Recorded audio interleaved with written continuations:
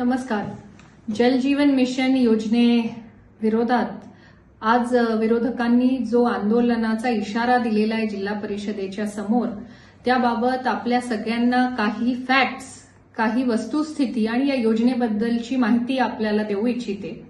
जल जीवन मिशन योजना ही केंद्र सरकारने 2019 मध्ये सुरू केली आणि ही योजना सुरू झाल्यानंतर महाराष्ट्रात ही योजना त्यावेळेला लगेच राबवली गेली नाही. महाराष्ट्रामध्ये माननीय उद्धव ठाकरे साहेबांच्या नेतृत्वातलं महाविकास आघाडीचं सरकार होतं.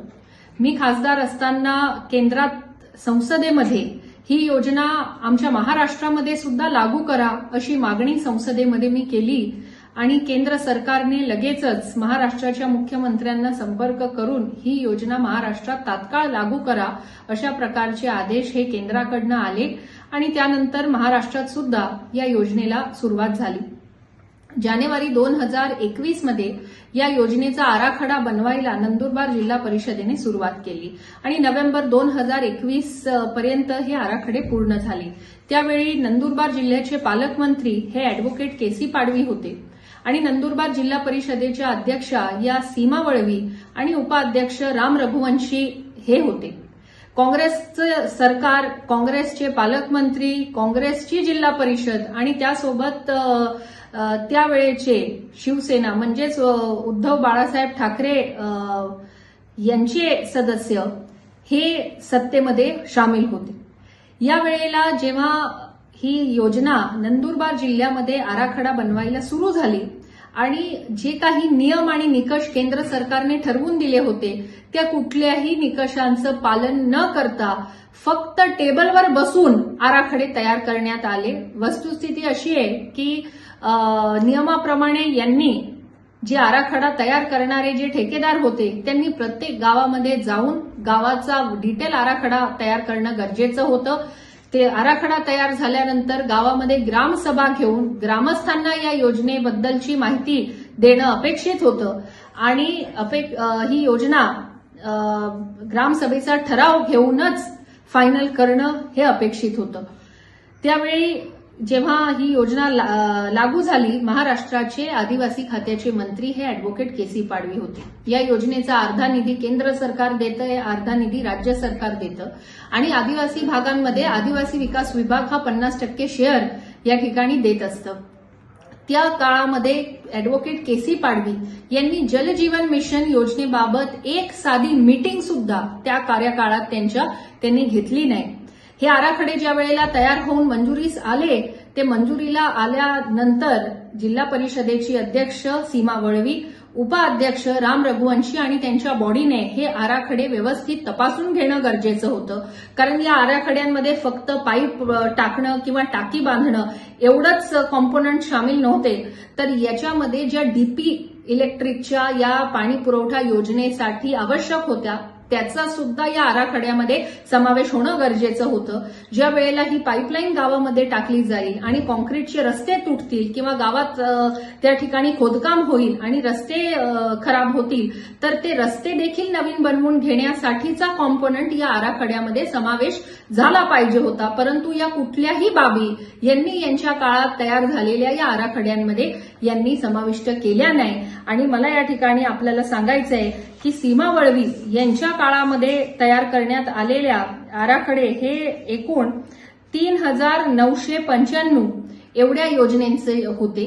सुप्रियाताई अध्यक्ष झाल्या ऑक्टोबर 2022 मध्ये आणि सुप्रियाताई अध्यक्ष झाल्यानंतर फक्त 182 योजनेची मंजुरी ही सुप्रियाताईंच्या काळामध्ये देण्यात आली आहे.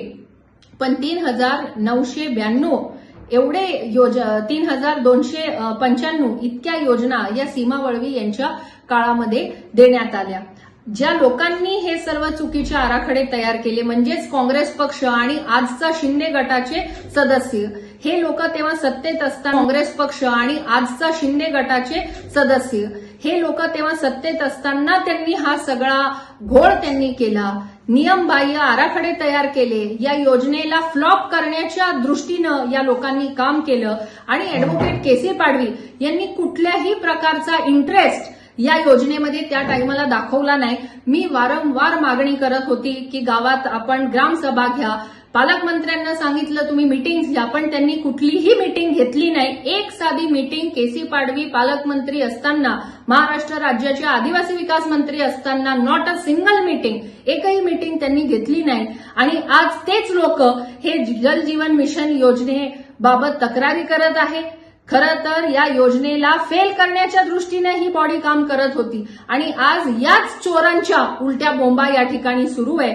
मी या ठिकाणी आपल्या सगळ्यांना सांगू इच्छिते की जेव्हापासून सुप्रियाताई या जिल्हा परिषदेच्या अध्यक्ष झाल्या, गावित साहेब हे नंदुरबारचे पालकमंत्री झाले, मी गावित साहेब आणि सुप्रियाताई आम्ही तिघांनी नंदुरबार जिल्ह्याच्या प्रत्येक तालुक्यामध्ये जाऊन तालुकानिहाय, गावनिहाय आढावा बैठका सुरू केल्या आणि प्रत्येक गावात जी योजना आपण करतोय ती 100% घरांपर्यंत पोहोचली पाहिजे.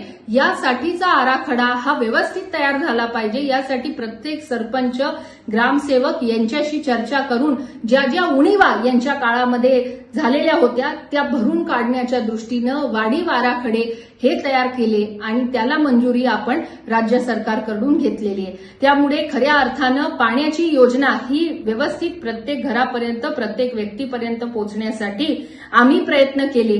पण यांच्या काळात यांनी जो घोळ केला, खरं तर हा आम्ही मागे पण सांगू शकलो असतो, पण आमचा उद्देश हा योजना 100% सक्सेस झाली पाहिजे. यांनी जे काय घाण केली, यांनी जो काय घोळ केला तो सर्व दुरुस्त करायचं काम हे आमच्यावर येऊन ठेपलं.